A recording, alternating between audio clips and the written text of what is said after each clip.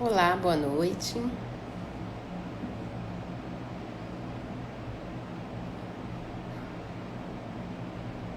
Olá, Bergson, boa noite. Doutora Jaqueline já está entrando aqui. Olá, Regina. Deixa as pessoas irem entrando. Hoje a nossa live é com uma convidada super especial, doutora Jaqueline Ferraz, ginecologista, sexóloga.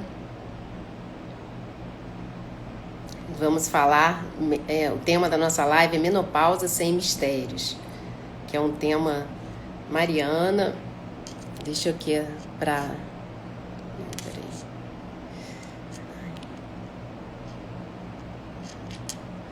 enviar a da Jaqueline entrar na live para a gente começar a conversar. Que esse tema eu tenho recebido muitas pacientes no consultório pedindo para falar novamente de menopausa. Que todas nós vamos para. Olá, Jaqueline, boa noite. Oi, tudo bem, Cecília? Tudo bem? Quer se Tudo apresentar? ótimo. Bem, eu sou Jaqueline Ferraz, ginecologista e sexóloga. Ah, trabalho aqui em Vitória da Conquista, Bahia, e já sou médica ginecologista há mais de 30 anos, para dizer a verdade, 32, né? E tenho trabalhado muito essa questão da sexualidade nas mulheres, atendo muitas pacientes na menopausa. Minha formação, sou graduada em medicina pela Escola Baiana de Medicina, fiz o título de especialista pela Febrasgo, tenho o título de atuação em sexologia também pela Febrasgo e tenho pós-graduação em sexualidade pelo PROSEX, que é do Instituto de Psiquiatria da USP. Ai, muito Mais ou bacana. menos isso. Então, tem muita coisa boa para a gente conversar hoje. E foram muitas dúvidas, né? Uhum. Durante a semana, nós deixamos a caixinha de perguntas abertas. E tiveram muitas perguntas e nós vamos respondendo durante a live. E quem quiser Certo. fazer perguntas, a gente vai tentar responder também, tá? Para quem não me conhece, Uhum. quem está entrando agora aqui seguidores aí da Jaqueline, eu sou Cecília Carvalho, sou cardiologista, sou aqui do Rio de Janeiro, sou formada há 23 anos. Então vamos lá, Jaqueline. É, uma Vamos. das perguntas, né? A idade que a nossa mãe entrou na menopausa, ela realmente indica uma média em que entraremos na menopausa? É mais ou menos um padrão, né? Não só a mãe, mas as tias também, as irmãs mais velhas, dão mais ou menos uma ideia de quando a mulher vai entrar na menopausa. E é bem característico porque a gente vê famílias que tem a grande maioria das mulheres da família tem a tendência de parar de menstruar sempre próximo da mesma idade, né? Mas isso é uma realidade Não é que a gente vê verdade. realmente. Tá. E qual a diferença que se fala em climatério, menopausa? Explica pra gente essa diferença. Essa é uma dúvida que acontece muito, né? E eu sempre que tenho uma oportunidade, eu gosto de falar para a pessoa aprender também. É, eu sempre defino, a definição, na verdade, da menopausa é a última menstruação que a mulher tem. E o climatério é aquele período que segue a partir daquela aquela última menstruação, né? E essa fase que ainda é de transição até ela deixar de menstruar é o que a gente chama de pré-climatério, perimenopausa. E que a gente só pode dizer que uma mulher está no climatério quando ela já tem um ano sem menstruar nada, né? Se ela tiver um escapezinho, se tiver um sangramento discreto, ela não pode ser considerada ainda na menopausa. Ela está num período que é transitório, né, de transição mesmo, e que a gente só vai poder dizer que é menopausa quando ela já tiver assim um ano sem menstruar nada. Isso Né? foi até uma pergunta que uma paciente fez, que ela já tinha um ano que não menstruava e veio uma menstruação. Então ela é considerada que ela não está na menopausa. Isso é comum de acontecer, Jaqueline? Ainda, é. E é muito comum, assim, a mulher passar 6 meses, 9 meses, 11 meses, aí tem uma menstruação. É como se a gente zerasse tudo e começasse a contar daquela última menstruação, aquele período. E é interessante porque tem mulheres que podem passar 2, 3 anos com esse ciclo irregular, né? Até realmente a menstruação suspender. E algumas outras podem até ter sintomas, continuar menstruando e isso se prolongar por até 8 anos, em média. Hum. Mas é mais ou menos esse período assim de transição que a gente tem dessa fase de última menstruação mesmo, né? Isso foi uma pergunta também. Quanto tempo dura a menopausa? Acho que ela quis dizer os sintomas da menopausa. Isso tem. Varia muito de pessoa para pessoa, né? Porque tem pessoas que não têm sintoma algum, não tem onda de calor, não tem mal-estar, não tem nada. E outras, como eu falei aqui, podem começar a ter esses sintomas até 8 anos antes de parar de menstruar realmente. Né? Então varia muito, varia do estilo de vida que a pessoa tenha, o tipo de alimentação, se faz atividade física, se tem obesidade, né, se bebe, se fuma, tudo isso interfere nessa fase e que pode aumentar ou diminuir esses sintomas. Isso é muito importante, né, gente? Se preparar, né? Que mesmo quem não está na menopausa, Uhum. se preparar já, né, com estilo de vida mais saudável, que isso vai ajudar a reduzir os sintomas, né? Com certeza. Estilo de vida hoje a gente sabe que é uma realidade, né? E que realmente a pessoa pode mudar muita coisa nessa transição, né? Outra pergunta, ó, após esterectomia, que ela retirou os ovários, deixou apenas. Não, após esterectomia, desculpa, retirou o útero, para quem não sabe, e foi mantido os ovários. Aí, como saber se a mulher está na menopausa sem verificar os hormônios pelo sangue? Foi. Um fato interessante ela tem os ovários, então esses ovários ainda estão funcionando, né? Quando ela começa a ter aqueles sintomas de mal-estar, cansaço, insônia, redução da libido e principalmente o fator mais importante é observar se ela tem aquelas ondas de calor, aquilo é muito forte para que a gente diga que ela já está entrando no climatério. Mas para a gente confirmar, ela precisa ter esses sintomas, e aí no caso a gente não considera a menstruação, porque ela não tem útero, né? Uhum. Mas a gente considera esses sintomas e nesse caso a gente tem que partir para fazer a dosagem hormonal para ver o nível de estradiol e FSH, que eles modificam muito nessa fase. Uhum. E mesmo que ela tivesse assim, no período que ela talvez estivesse sem suspender a menstruação, a gente já pode começar a tratar esses sintomas se estiverem incomodando muito. Né? Uhum. Mas eu acho que o que chama mais atenção essa mulher que tem esterectomia, que fez a esterectomia, são os sintomas, principalmente se ela tem sudorese, se ela tem aquelas ondas de calor, e isso tudo fala a favor de que ela já esteja no climatério. Uhum. E quais são os sintomas mais característicos da menopausa, sem ser esse dos calores? Porque, assim, teve outra pergunta que eu sempre falo aqui, que as mulheres pós-menopausa aumentam o risco de infarto, né? E algumas pessoas se assustam também. E como saber que é diferenciar o calor da menopausa, o mal-estar da menopausa, de outro sintoma cardíaco? Tem alguma característica mais específica, Jaqueline? Além das ondas de calor, que são assim esporádicas ou que podem se tornar bem frequentes, a paciente pode começar a sentir uma queixa do coração disparando, né, que é a taquicardia, aquela sensação do pulsar no coração, né, a pulsação no pescoço, que sempre que se a paciente refere isso com uma certa frequência, a gente tem que também, Sim. não pode afastar a possibilidade de um problema cardíaco, né, taquicardia e tal. Mas ela pode sentir um desconforto, quando ela estiver fazendo uma atividade, ela tem aquela coisa de dificuldade de fazer as atividades físicas que ela está acostumada, né? O cansaço. E às vezes esses sintomas são tão sutis que ela não consegue correlacionar com esse período, né? Uhum. Então ela começa a ter uma irritabilidade maior, ela começa a ficar menos tolerante, né? E mais depressiva, mais ansiosa. Vai depender muito da característica psicológica da pessoa, né? Esses sintomas emocionais são muito frequentes e eles se exacerbam, porque a gente sabe que o estradiol é um hormônio que também está relacionado com o humor, né?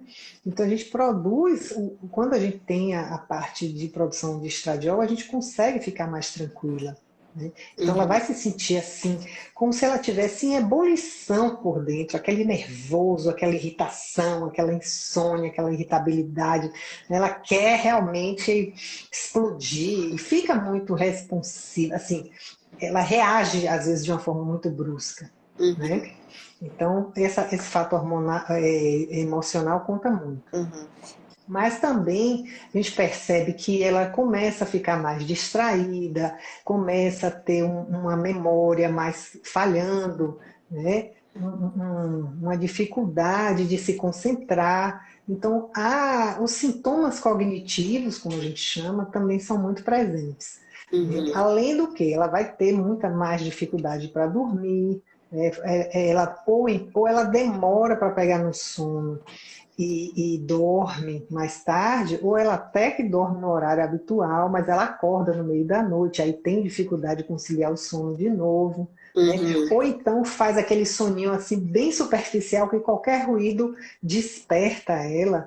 Então tudo isso é uma mudança que ela começa a perceber que está relacionado com esses sintomas. Então, Uhum. são muitos sintomas. Uhum. E o médico que está ali, que não está mais desavisado, às vezes começa a tratar como uma depressão, uma ansiedade, mas ele não faz essa correlação com a perimenopausa. E Uhum. muitas vezes, na medida que a gente corrige, faz essa reposição hormonal, ela já começa a melhorar muito do sono, Uhum. dessa irritabilidade, né? Uhum. E desse mal-estar. Uhum. Tá? Vanderlei está até perguntando também, e nesse período da tontura, às vezes pode mudar, viu, Vanderlei? Porque a pessoa tem essa dificuldade, é como se a circulação cerebral diminuísse um pouco, né? Então o equilíbrio, ela fica mais, né, mais sensível, né? Uhum. Então ela pode ter realmente esse sintoma de tontura, de mal-estar, Uhum. né? E Mas pergunta. são sintomas muito leves, Uhum. mas que a gente sabe que tem a ver com essa produção hormonal, Uhum. Então tem que ficar né? atenta aos pequenos sintomas que podem passar desapercebidos, né? Isso. Né? A partir dos 40 anos, a mulher começa a perceber alguma mudança no corpo, né? Muitas vezes as pacientes me relatam o seguinte: doutora, eu tenho vontade de fazer as coisas, mas meu corpo não acompanha. Eu quero levantar e não consigo acordar cedo. Eu quero fazer uma atividade física, mas eu não tenho energia. É essa energia que a pessoa percebe que fica diferente, né? Então, é, é, é, na mente, ela está se programando para fazer uma atividade, Uhum. mas o corpo não corresponde, Uhum. né? É, tinha outra pergunta, como saber se está na pré-menopausa, mas é tudo que você já falou, né? Eu acho que essa pergunta a É, gente já respondeu, né? uhum, É.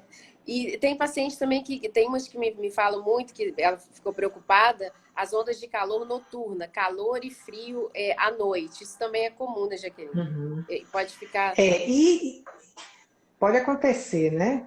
Ela começa a ter aquele.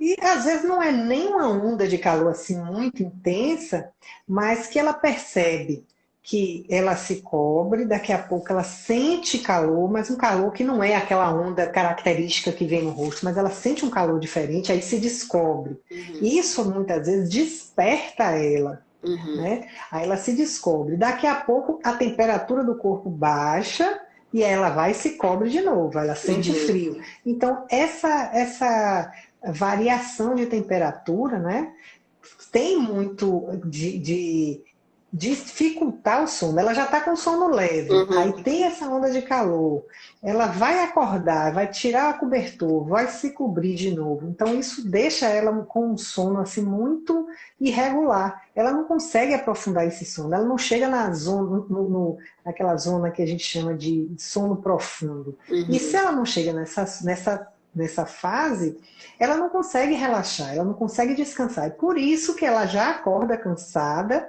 e vai ficando mais cansada e vira aquela bola de neve, né? Ela não Uhum. aprofunda o sono, aí não consegue dormir durante o dia, também não consegue dormir à noite, e esse cansaço vai sendo acumulativo, né? Uhum. E qual a mulher que deve evitar de fazer a reposição hormonal? Ou para quem é indicada a reposição hormonal? Ó, a reposição hormonal é indicada para quem não tem contraindicação, né? Aquelas mulheres que têm muitos sintomas, né? A gente percebe que tem essa alteração hormonal. Agora, se ela tem hipertensão, a gente já tem que fazer uma reposição com muito mais cuidado, né? Se ela tem história familiar de trombose ou ela já teve trombose, então essa paciente já é de risco muito elevado e que já tenha que se observar uma outra forma de reposição hormonal que não seja com hormônio sintético. Tá? Pacientes com histórico de câncer de mama ou câncer de endométrio, né, que é a parte interna do útero. Pacientes que já tiveram, ou até de colo de útero também, que tem um fator hormonal associado. Né? Pacientes que tenham distúrbios de coagulação e que também podem levar a trombose, como eu falei, né? Pacientes fumantes, a gente pode até fazer essa reposição, mas com muito mais cuidado, Uhum. porque ela também tem um risco maior de fatores de processo tromboembólico. Uhum. Né? É, Algumas doenças autoimunes, né, como lúpus e outras, mas que têm a contraindicação de uso de anticoncepção, de hormônios, né, então a gente tem que ter cuidado. Doença cardíaca grave, então a paciente precisa ser avaliada para saber se ela pode ou não usar a reposição hormonal. Uhum. Não, é tanto que sempre que eu tenho oportunidade, eu digo que a reposição hormonal é uma coisa extremamente individualizada, porque justamente tem essas contraindicações absolutas, tem algumas contraindicações relativas, né, que a gente pode algumas vezes até utilizar com mais cautela, mas assim, cada paciente tem que ser avaliada porque ela tem uma infinidade de situações que ela pode usar, de medicações também, que ela vai usar sem que ela corra risco de ter outras consequências. Né? Mas Uhum. vai saber qual seria a melhor via, quais seriam os hormônios que ela precisaria usar. Então, tudo isso tem que ser avaliado de uma forma muito individual. Uhum. Tá? Aí, não tendo contraindicação para essa mulher, você indicaria que toda mulher deve fazer reposição hormonal se não tiver contraindicação ou vai depender de sintomas?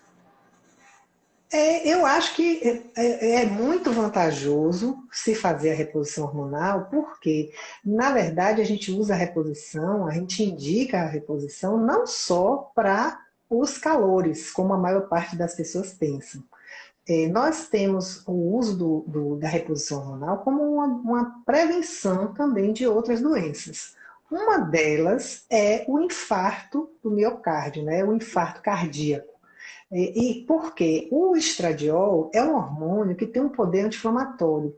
E ele age também a nível dos vasos do coração, impedindo que haja a formação de placas de ateroma, né, de placas de gordura que se localize ali, e que vão entupir essas veias. Então, se ela começa a fazer uma reposição hormonal na época certa, ela evita que com o passar do tempo, esses vasos do coração vão entupindo, né, e chega a ela ter um infarto. Tá?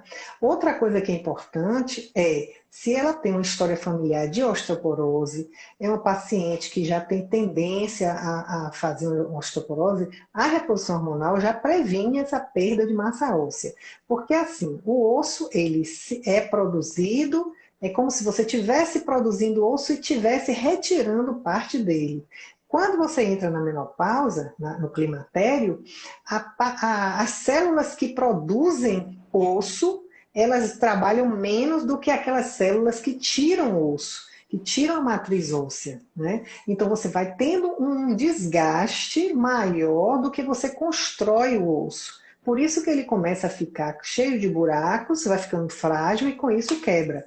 Então a reposição hormonal, ela tem o poder de evitar que esse osso chegue nesse processo, ou pelo menos de demorar mais que se chegue a um processo numa idade muito jovem, né? Então a gente posterga esse processo de envelhecimento, vamos por assim dizer, do osso, para um período mais tarde.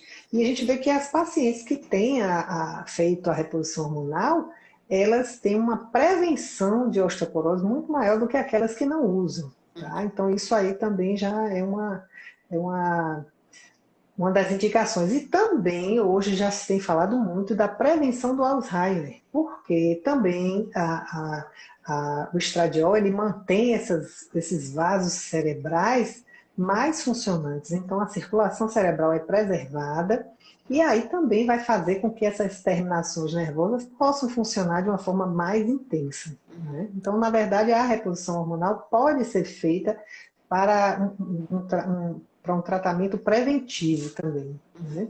Eu estou perguntando, Maria Helena, a pessoa que usa medicamento para tratamento de câncer pode fazer reposição hormonal? Normalmente não, Maria Helena, porque principalmente se for câncer de útero, câncer de mama, eles têm uma contraindicação absoluta. Normalmente esses tipos de câncer, eles têm terminações que recebem o hormônio. Então, o hormônio poderia estimular o crescimento do tumor. E aí é um tratamento contrário ao que se faz com as células tumorais, né? Se a pessoa faz uma quimioterapia, é justamente para matar aquelas células que estão produzindo o câncer. Mas se ela já fez o tratamento e está usando, no caso do câncer de mama, que ela usa medicações para inibir a produção de estradiol, se você faz a reposição, você está usando está tendo um efeito contrário. Então, em vez de prevenir o câncer, ele pode estimular a produção de células malignas, né? Então, cada caso é um caso, tem que ser analisado, mas geralmente pacientes com câncer não se faz reposição hormonal, tá? Não é não sendo câncer de mama, é câncer de endométrio, outro câncer ginecológico, Também. né? Qualquer câncer ginecológico. Não só ginecológico, mas câncer de bexiga, câncer de reto, porque a maioria dos receptores desses tumores, as células têm receptor para estrogênio. Então a gente tem que ter muito cuidado. Câncer de intestino, então são vários tipos de câncer. Então normalmente não se recomenda a reposição hormonal em caso de câncer, tá? Entrou aqui na live a doutora Maria Júlia, ginecologista, mastologista. Prazer estar aqui conosco. Que ótimo. E, Jaqueline, os medicamentos fitoterápicos, eles realmente funcionam para menopausa? E aí, já emendando outra pergunta essas pacientes que não podem fazer reposição hormonal, elas poderiam usar os fitoterápicos? Vai depender de cada situação, porque em alguns casos, principalmente de câncer de mama, que as células do tumor têm muitos receptores para estradiol, os oncologistas não querem que essa paciente use nem fitoterápico, porque o fitoterápico ele age como se fosse o estradiol, só que numa intensidade bem menor. Então, na paciente que tem alguma contraindicação que não seja câncer, que ela possa usar um fitoterápico, ele geralmente diminui um pouco os sintomas, mas não são na mesma intensidade que o estradiol e a progesterona podem causar, né? Podem fazer. Então, às vezes, a paciente tem ondas de calor, mas se ela não tiver assim, uma onda de calor assim, muito intensa, claro que ela pode fazer uso do fitoterápico. E muitas vezes não é nem isso, às vezes as pacientes têm medo de usar hormônio, apesar de não ter nada, mas tem aquele medo de um dia ter câncer, e a gente pode lançar a mão de usar um fitoterápico para diminuir algum sintoma que ela tenha. E eles fazem um efeito legal, assim, quando não é um sintoma muito intenso. Então, as ondas de calor, se é aquela ondinha de calor esporádica, né, que não é muito intensa, que não incomoda muito, a paciente pode usar o derivado de isoflavona, porque substâncias que têm isoflavona, né, para minorar esses sintomas, tá? Mas são eficientes. Agora, a gente sempre tem que esclarecer a paciente que o efeito dele é menor do que o que se poderia conseguir com o estradiol real, né? Mas que eles funcionam sim. Né? E existem alguns fitoterápicos que são até mais potentes do que a isoflavona, né? O trifólio pratense mesmo, hoje a gente sabe que ele é 4 vezes mais potente do que a isoflavona. Então ele é ótimo para quem tem calor, que não pode usar algum hormônio. Então ele tem uma melhora significativa da questão das ondas de calor. E também a gente tem que lançar mão de outras coisas que não sejam hormônio, né? Hoje a paciente queixa muito de secura vaginal, e então a gente tem outras tecnologias que podem estimular essa lubrificação, esse desconforto que a mulher sente na relação sexual, principalmente, que não tem nada de químico, que é a parte física, né? E hoje a gente tem os lasers, a radiofrequência, então tem outros procedimentos que a gente pode fazer que ajudam essas mulheres a diminuir os desconfortos, né? Mas sem que ela tenha que tomar remédio. Viu? Tem muita tecnologia que já ajuda, né? A Jaqueline que faz também no consultório, né, Uhum. Jaqueline? Esses lasers, né? Exato. É, É. não pode falar. Não, é isso que eu ia dizer. Realmente, eu faço laser e essa parte de rejuvenescimento também, que a gente sempre fala, né? Que as mulheres agora, como têm uma expectativa de vida maior, também têm se preocupado com isso. Não só os sintomas da menopausa, mas aqueles sintomas de desconforto na relação, secura vaginal. E elas têm uma vida sexual ativa por muito mais tempo. E isso tem, às vezes, prejudicado. Então, como a gente tem tecnologias novas que não precisa o paciente estar tomando medicação, isso tem ajudado muito na qualidade de vida das mulheres. Né? Estou perguntando, e homeopatia ajuda? No sentido de diminuir os sintomas, ajuda sim. Não vai fazer a reposição desses hormônios, mas ajuda a diminuir os sintomas de calor, de sono, de insônia, de irritabilidade. A homeopatia tem um efeito assim bastante interessante. E no caso das pacientes que têm a contraindicação a usar hormônio, é uma opção também, porque trabalha o corpo como um todo. A homeopatia é interessante porque o medicamento é escolhido para a pessoa e não para o que a pessoa está sentindo. Né? Então é levado em conta todo o perfil psicológico, o que a paciente sente, como são as reações. Então é um medicamento que estuda a energia da pessoa. E isso faz com que esses sintomas que estão aparecendo consigam ser reduzidos de uma forma bem natural, bem sem essas contraindicações. Né? A Regina está perguntando que ela teve endometriose, está na menopausa há 8 anos, fez cirurgia de endometriose há 30 anos. Sabendo que endometriose é hormônio dependente, ela pode fazer reposição hormonal? Nesse caso, tem que ser avaliado, até porque o período ideal para se começar a fazer reposição hormonal é até 5 anos depois que a pessoa deixa de menstruar. Então, passou dos 5 anos, os benefícios, principalmente em relação a essas outras doenças que eu falei, em termos de prevenção de doença cardíaca, prevenção de osteoporose, já não são tão bons. Então, muitas vezes, não se preconiza fazer essa reposição hormonal por conta disso. Como já tem esse histórico de endometriose, então aí a indicação, a contraindicação ainda acaba sendo maior, porque realmente o endométrio responde a estímulo de estradiol, né? Se você for fazer uma reposição hormonal com estradiol, você pode reativar algum ponto de inflamação que se tenha, E aí não é interessante para essa paciente voltar a sentir dor, principalmente depois de ter feito cirurgia e ter passado tanto tempo sem ter esses sintomas. Mas ela pode ser avaliada a ponto de ver o que seria mais interessante em termos de fitoterapia, homeopatia, né? Ou alguma tecnologia para que diminua algum sintoma, para ela não ter que usar o estradiol, né? Eu tinha perguntado aqui também a cápsulas de amora. Também ajuda como homeopatia? Ajuda. O efeito homeopático é um pouquinho diferente, porque ele é baseado em física, né? Em emissão de elétrons, né? A diluição. Quanto mais se dilui, mais o medicamento é potente. E a amora é um fitoterápico. Ela também tem uma quantidade de isoflavona que vai atuar nos receptores do estradiol nas células e que vai diminuir sintomas, né? É claro que é como a soja, o derivado da soja, maca peruana e tal. Então, são outros, são fitoterápicos que também têm um efeito. E a gente usa muito no início dos sintomas da perimenopausa, inclusive, porque ele é um calmante natural. Então, a mulher consegue melhorar o sono, diminuir a irritabilidade. Então, ele é bem interessante, que tem pessoas que sentem até uma sonolência excessiva quando usa.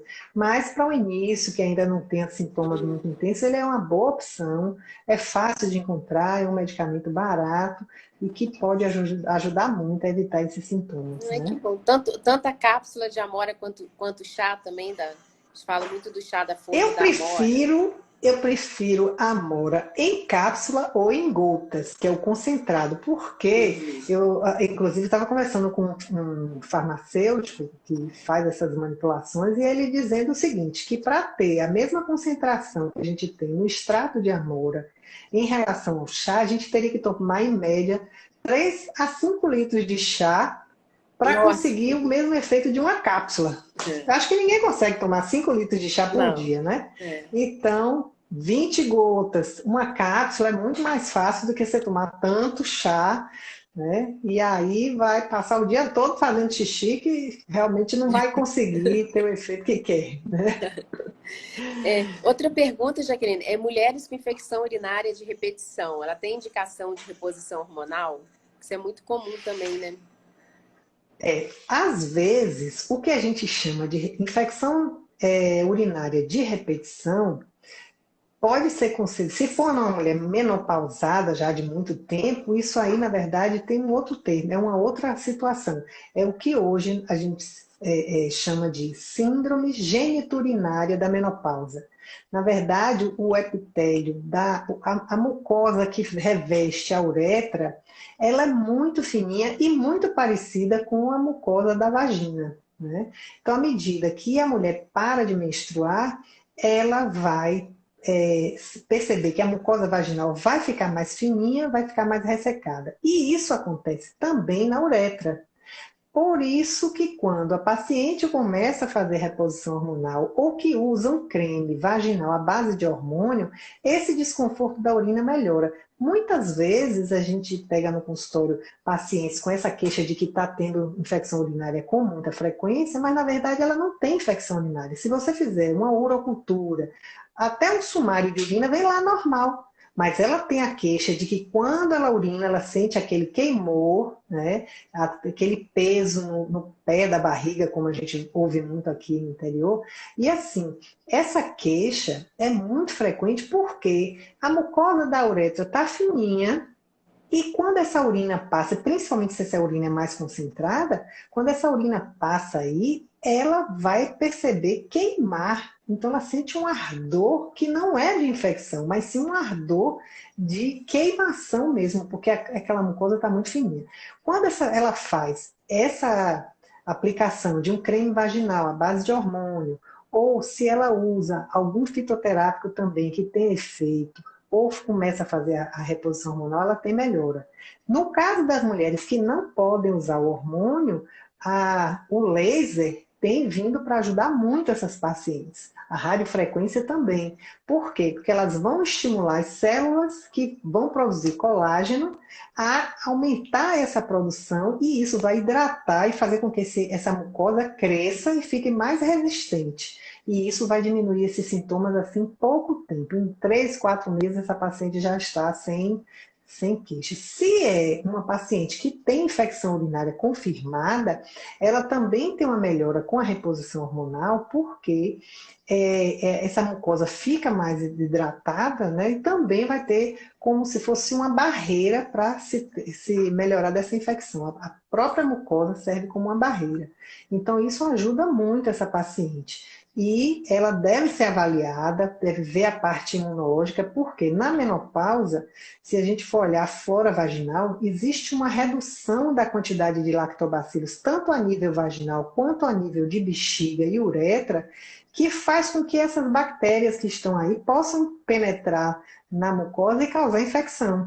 Tá? Então, por isso que também a gente tem que manter esse epitélio mais hidratado para evitar que tenha essa modificação da flora vaginal e que tenha a tendência a fazer realmente uma infecção, viu?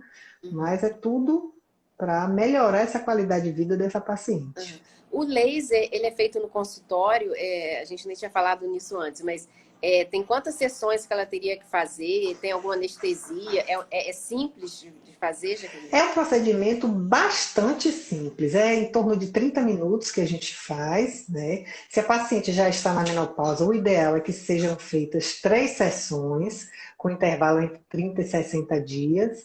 Não menos do que 30 dias, porque essas células só chegam à sua atividade máxima a partir de 21 dias, né? Por isso que a gente sempre dá esse intervalo.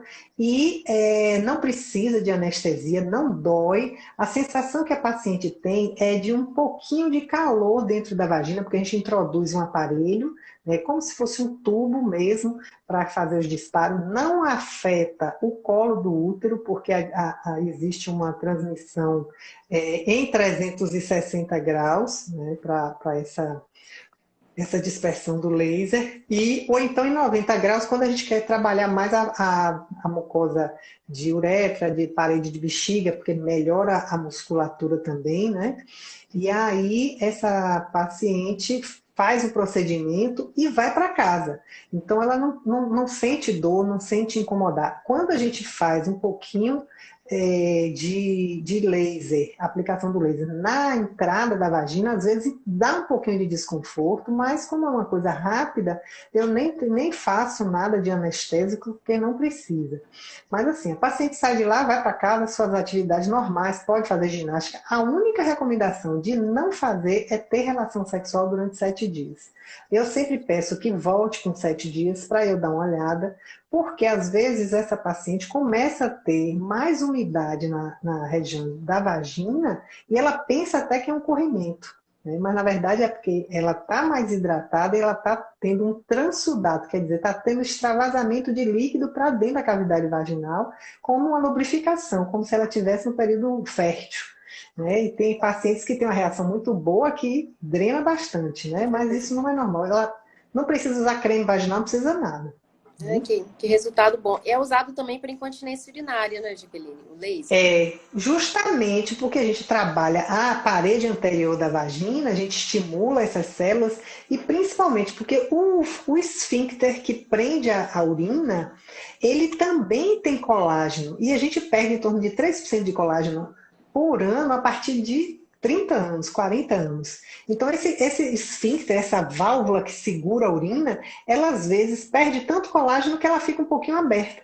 Então, quando você dá o estímulo de colágeno na parede superior da vagina, a gente está estimulando essa região, que é bem próxima. E isso ajuda esse esfíncter a fechar. E isso ajuda a mulher a segurar mais a urina, né? Quando é uma incontinência urinária leve a moderada, ela já percebe com 30 dias que ela já consegue passar a noite inteira sem levantar para fazer xixi. Que ela não, ou se ela levanta 3, 4 vezes, ela começa a levantar 1, 2, então já sente uma melhora.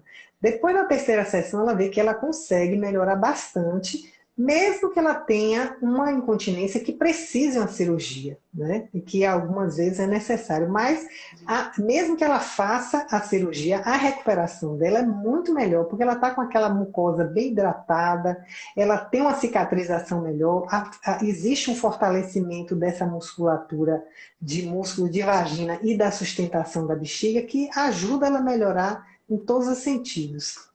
Ai, que bom. A Rita, Dona Rita está perguntando se floral também é bom.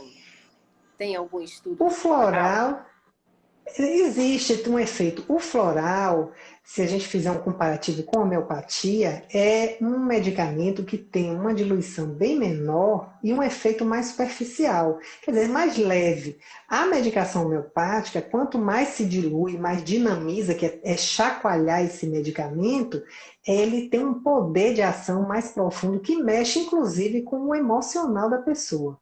Os florais de bar, eles são muito pouco diluídos. Então, para assim, uma ansiedade leve, um sintoma mais suave, ele resolve, ele é bom. Né? Mas quando a pessoa está muito ansiosa, mais depressiva, tem muito sintoma mais intenso, a homeopatia tem um efeito muito melhor. Tá? A Melinha Noronha, que é nossa colega médica também, está perguntando a cápsula de Amora, qual é a posologia? Eu não tenho certeza, porque tem laboratórios que mudam, né? Mas em torno de 400 miligramas você pode mandar manipular e já vem muitas formulações prontas. Eu acho interessante porque até essas que são feitas são vendidas em lojas de produtos naturais, ela tem um efeito muito bom. Mas pode variar de 100 a acho que a 500 miligramas, eu não tenho certeza. Mas conversando com um farmacêutico de farmácia de manipulação, ele pode passar essa informação. E aí vale a pena até que você tenha isso na sua prescrição, porque no caso que o paciente tenha um sintoma e que inicialmente não possa usar, você já pode entrar com a medicação que já faz efeito, já ajuda, melhora a qualidade de vida dessa paciente. Né? A Regina está perguntando se o laser é a radiofrequência, se é a mesma coisa. Laser é uma coisa, radiofrequência é outra. Tá? Laser é emissão de luz, elétrons, né? E fótons, na verdade, e a radiofrequência são ondas de rádio, que são emitidas por um aparelho numa frequência determinada que você pode regular, né? Os aparelhos geralmente têm essa modulação, assim, você pode conseguir calibrar o aparelho, mas são coisas diferentes que chegam a um resultado semelhante, né? Mas que tem um efeito bastante promissor na ginecologia. Uhum. A Vanderleia está perguntando se tem algum alimento que ajudam na melhora dos sintomas. Eu fiz até uma live com a nutricionista Mariana Balieiro, está aqui gravada, que ela falou de Uhum. vários alimentos que ajudam. O que você acha, Jaqueline? Existe Né? sim, com certeza. A gente tem esse hábito de pedir a paciente que faça uma avaliação com a nutricionista, porque na própria dieta pode ser incorporada alguns alimentos que vão melhorar isso aí. As castanhas, a soja também, né? Ajuda a ter uma ingestão de substâncias que tenha o efeito semelhante ao que a gente produz de estradiol, né? O efeito que eu disse da soja, ela tem substâncias que é a isoflavona, que ela tem é como se ela tivesse um encaixe que fosse direto na terminação do estradiol. O efeito que ela produz não é a mesma coisa, mas que faz efeito com certeza. Então, tem alguns alimentos que a gente deve evitar, inclusive, quando tem esses sintomas de climatério, que você pode trabalhar isso na sua alimentação. Então, evitar café, evitar chás muito concentrados, né? Que tenha muita cafeína. Então, você Bebida pode alcoólica mudar também, né, Jaqueline? bebida Também, né? alcoólica também.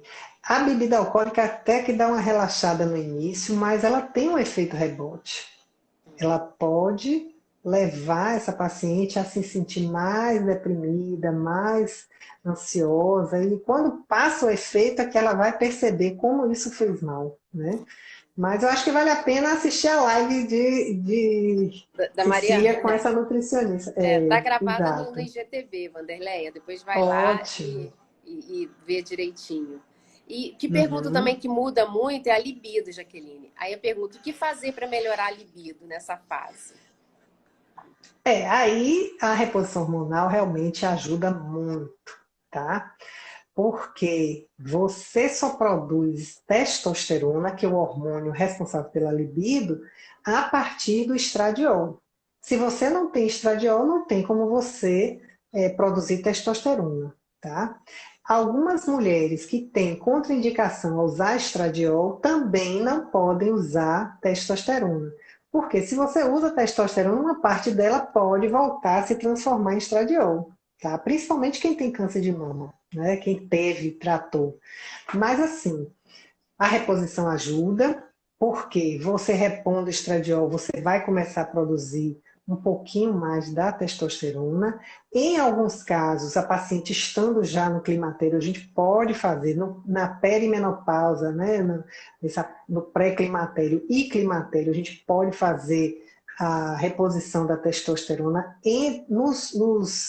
é, nos guidelines internacionais que estabelecem, nos protocolos que falam sobre reposição hormonal, só se autoriza a fazer uso de testosterona nesses casos de pacientes na perimenopausa e menopausa. Paciente jovem que está menstruando normal não deve usar testosterona, tá?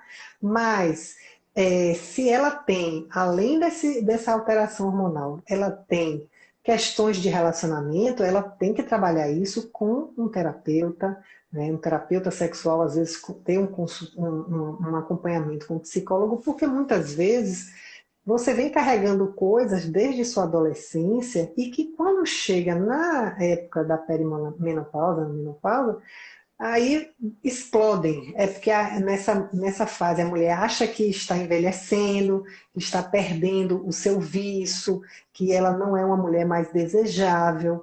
Então, isso tudo contribui para que ela tenha uma diminuição da libido. Tá? Se ela vive um relacionamento que está muito difícil, que não tem uma participação do parceiro, que não tem uma valorização, que ela não se sente bem, que a autoestima está lá embaixo, realmente ela vai ter, independente do parceiro que ela tenha, ela vai ter uma dificuldade nessa libido e que não vai ser pouca, tá? Mas então ela tem que tratar as questões psicológicas, que normalmente quando a gente vê tem um fundamento muito grande, e as questões físicas, que são as alterações hormonais, essas dificuldades todas. E é uma coisa interessante, se a mulher tem queixa de secura vaginal, cada relação que ela tem, ela vai sentir incomodar. E isso ela vai trazer para a próxima relação. Então ela vai dizer, ai meu Deus, a relação vai incomodar, vai doer, eu já não vou. Aí então ela já chega na relação com o pezinho atrás. Então ela não participa, ela não engaja, ela não consegue se lubrificar de participar. E isso incomoda muito. Né? Aí tem que ser todo um conjunto, melhorar a autoestima. E volta É. aí a atividade física, cuidar da Uhum. alimentação, né? Ter outros Exato. prazeres também, né, Jaqueline? A gente está num É. momento difícil, mas ter algo para relaxar, né? Exato. Essa atividade física aí ajuda, até porque a atividade física ajuda na produção de testosterona, né? E vai dar um bem-estar, ela vai produzir endorfina, que vai se sentir melhor, então isso também contribui. A alimentação contribui, fazer uma dieta, perder peso, tudo isso faz com que ela se sinta melhor, né? Se sinta bem com ela própria, que é o primeiro passo para você estar bem e ter vontade de ter relação com alguém, né? Estar bem com você. A Lúcia está perguntando que ela tem 54 anos e ainda não estou na menopausa. Qual a probabilidade de uma gravidez? É muito difícil, é em torno de menos de 10 a 15% de probabilidade, mas existe. Então, eu sempre digo às minhas pacientes, não facilite, tá? Porque se tem menstruação, se os níveis de estradiol e FSH, principalmente o de FSH, se ainda estiverem baixos, né? Se a FSH estiver baixo, então é sinal de que está ovulando. Só que a gente tem que levar em consideração o seguinte: a mulher com 54 anos que menstrua normal, que ovula, os óvulos dessa mulher têm 54 anos. E já passaram por alterações que têm uma chance de, caso ela engravide, gerar um bebê com muitas alterações, principalmente síndrome de Down. Passou dos 45 anos, a mulher tem 50% de chance de ter uma criança com síndrome de Down. Cada ano de vida que ela passe, que ela tenha a mais, a possibilidade é muito maior, tá? Então, nesse caso, é bom ter um método anticoncepcional que não tire a menstruação. Ela pode até usar pílula, tá? Mas se ela tiver condição de fazer uma laqueadura, o parceiro fazer uma vasectomia, ou então colocar o DIU de cobre, se não for um fluxo muito intenso, é um método que vai permitir que ela seja avaliada para saber quando é que ela vai deixar de menstruar. Se ela usa anticoncepcional, a gente não tem como avaliar isso, porque o sangramento vai ser mais por conta do medicamento e não do ciclo dela menstrual normal, né? Mas tem que ter cuidado. Jaqueline, como fica o exame preventivo pós-menopausa? Com que frequência? Tem que ser a mesma? Modifica? Não, se a paciente tem parceiro que tem relação, continua a mesma coisa, né? Aí, depois dos 60, 70 anos, principalmente, pode até ampliar um pouquinho o prazo. Tem que se fazer um preparo, mas se tem vida sexual ativa, tem que ser feito todo ano, tá? Eu tenho pacientes de 70 anos que têm relação normal, tem pelo menos uma vez na semana, que a gente tem que fazer. E muitas mulheres, e um assunto, uma coisa que foi importante você falar nisso, porque assim, muitas mulheres depois dos 50 anos estão num novo relacionamento. Se ela tem um novo relacionamento, ela pode pegar uma infecção sexualmente transmissível do novo parceiro. E aí é que está o perigo. Ah, mas eu já estou na menopausa, eu não vou pegar mais doença nenhuma. E se muda de parceiro? Ela tem o risco de ter uma infecção e de ter câncer de colo de útero, tá? E aí é que deve ser feito. Agora, se a paciente tem uma histerectomia, fez uma histerectomia e que ela está com o mesmo parceiro, ela pode até fazer esse exame de 2 em 2 anos. Porque câncer não dá somente no colo do útero. Você pode ter câncer de vagina, câncer de vulva, que é essa parte externa, tá? E que tem que ser avaliado. Tá? A pessoa, eu vejo também, ainda pego muita gente que faz esterectomia e o médico diz, não, você não precisa mais fazer preventivo, não. 5, 10, 15 anos depois, essa paciente aparece com câncer de vagina ou de vulva, e aí? E eu já vi casos de pacientes terem isso depois de ter trocado de parceiro. Então, porque ela está ali tendo um contato com outra pessoa que provavelmente tem o vírus do HPV, né?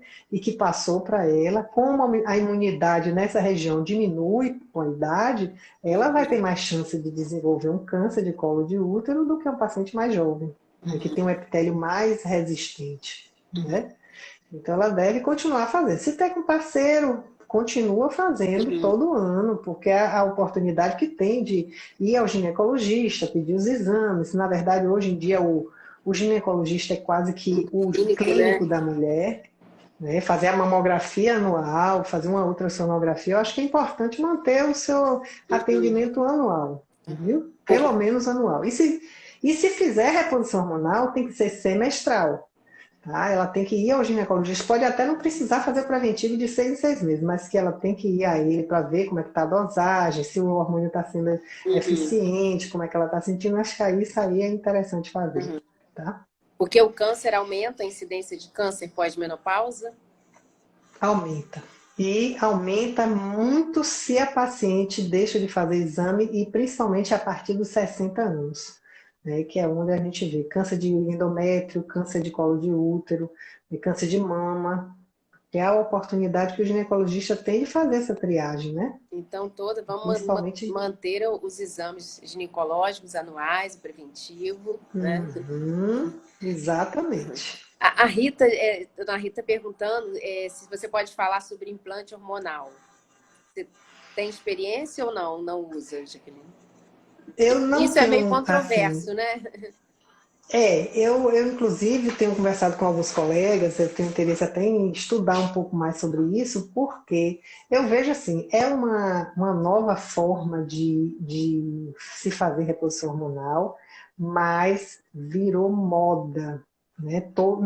Não são todos os profissionais que estão capacitados para fazer os implantes hormonais. Eu acho que quando bem indicado, é ótimo, mas às vezes pode ter outras consequências também. O pessoal está extrapolando muito, colocando muito assim, hormônios numa quantidade muito grande, e pacientes estão tendo alguns efeitos colaterais, principalmente assim no início, né, nos primeiros meses, que principalmente quando faz implante de estradiol e testosterona, né, que isso pode gerar muita ganho de massa muscular, que é bom de certa forma, mas pode criar muita acne, muita queda de cabelo. E eu já vi paciente fazer uma alopecia muito intensa, perda de cabelo muito grande, que ela teve que tirar implante. Né? Eu não tenho experiência de colocar, de prescrever, mas eu tenho acompanhado algumas pacientes e tenho conversado com colegas que têm mais experiência que eu. Em alguns casos é bem interessante, tá? Que ajuda as pacientes, aquelas que se adaptam bem, podem usar tranquilo, mas tem que saber quem é o profissional e se ele está apto a dar um seguimento, porque o problema maior são os efeitos colaterais, né? Que aí realmente é mais complicado. E o que são hormônios bioidênticos, Jaqueline? Bioidênticos são hormônios que são idênticos ao que a gente produz, mas são substâncias químicas, né? Isso é uma pergunta que eu sempre tenho respondido. Acho que há 1 ou 2 semanas eu tive umas 3 pessoas me perguntando. Mas assim, são produtos feitos no laboratório, tá?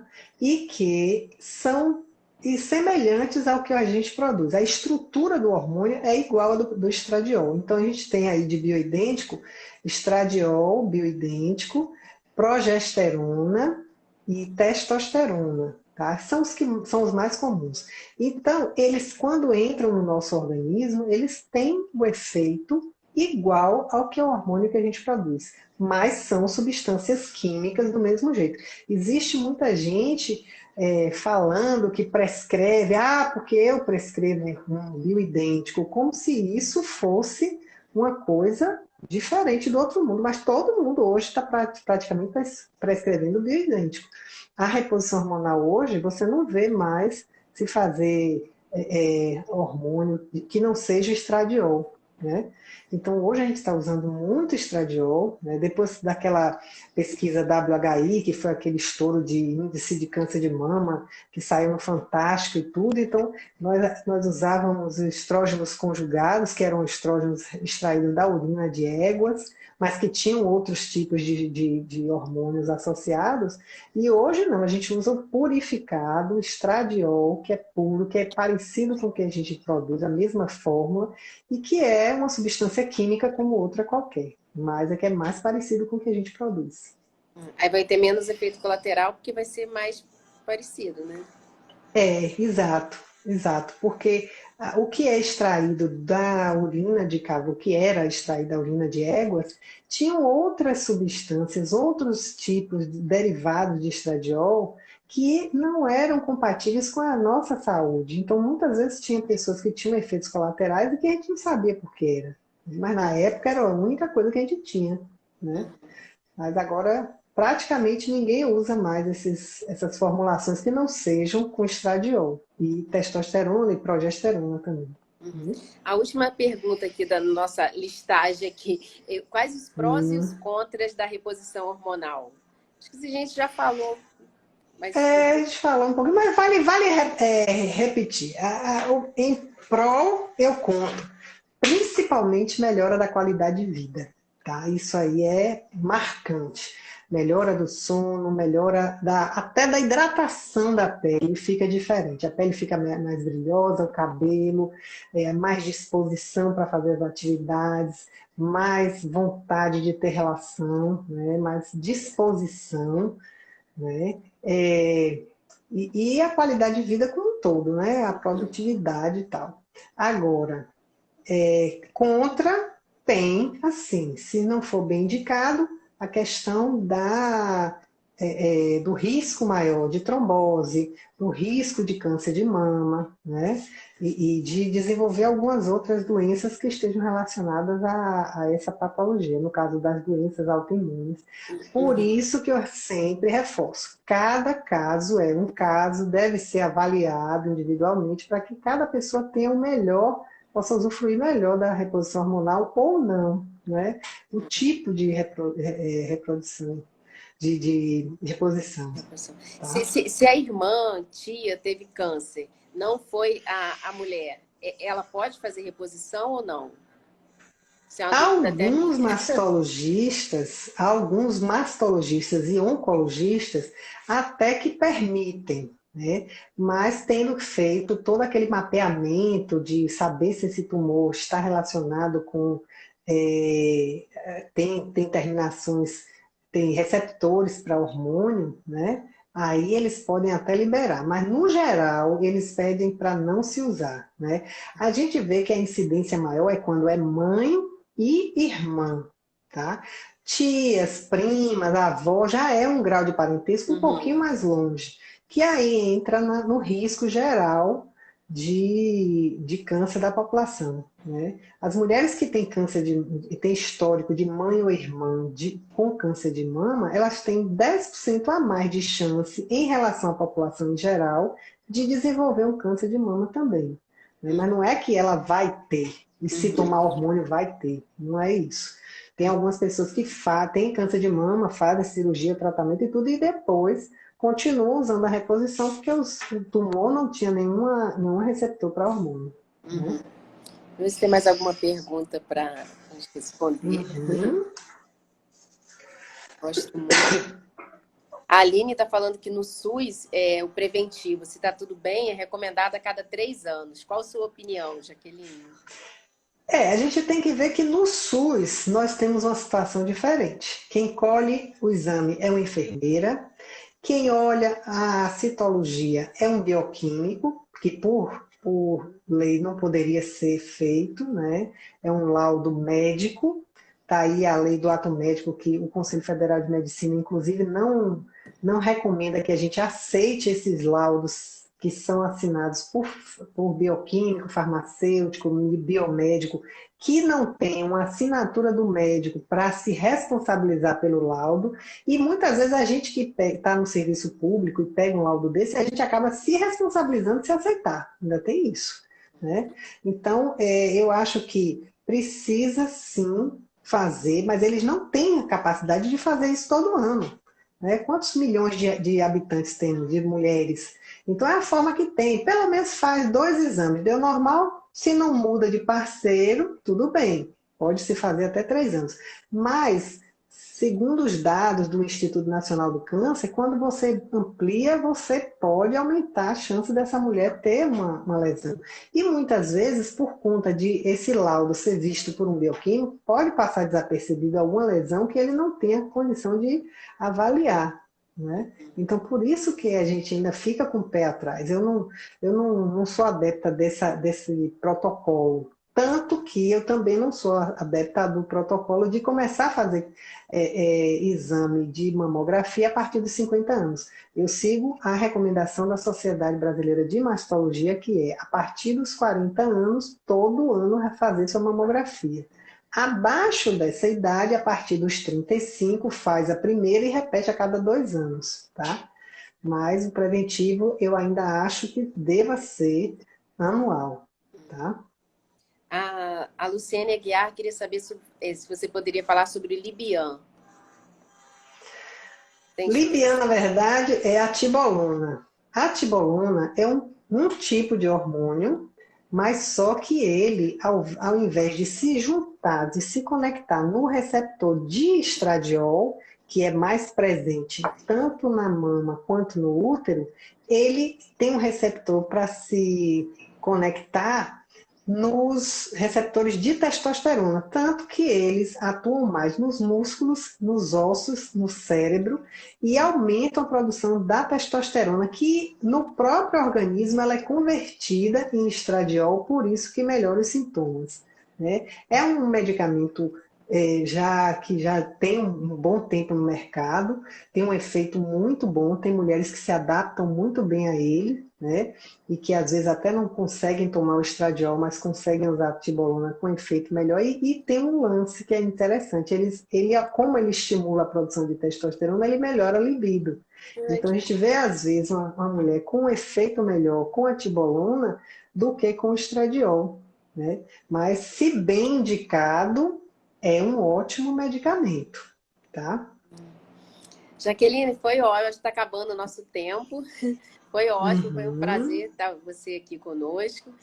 Quem tiver mais perguntas, pode enviar tanto para o perfil da Jaqueline, pelo direct. A Jaqueline está sempre ativa lá no Instagram. Ou para mim, se tiver alguma Uhum. dúvida da parte cardiológica. Tem várias lives, eu tenho várias Uhum. lives gravadas, estão todas lá no IGTV. Tem um canal no YouTube também, tá o link lá na bio. Quem tiver mais interesse, tem outras de menopausa, de prevenção cardiovascular. A Jaqueline também tem muito conteúdo lá, está sempre super ativa. E quiser fazer suas Uhum. considerações finais, Jaqueline, o que, que você. Eu queria lhe agradecer a oportunidade de estar conversando aqui. Eu sei que seu trabalho tem crescido muito, tem sido assim, um prazer. Você fez uma live comigo que também foi ótima, as pacientes estão adorando também seu trabalho. E eu me coloco à disposição de vocês, se tiverem dúvida, pode mandar no meu direct, né, que a gente responde. E eu fico à vontade para me chamarem também para fazer uma live sobre assuntos relacionados com a ginecologia e a sexualidade. Um prazer, uma honra e podem contar comigo sempre. Tá? Muito obrigada, Cecília, pelo convite. Obrigada a todos que estiveram aqui conosco. Boa noite, Jaqueline. Obrigada, gente. Tchau, Tchau. minha querida. Um beijo. Beijo. Tchau. Boa noite a Tchau. Boa todos. noite. Tchau.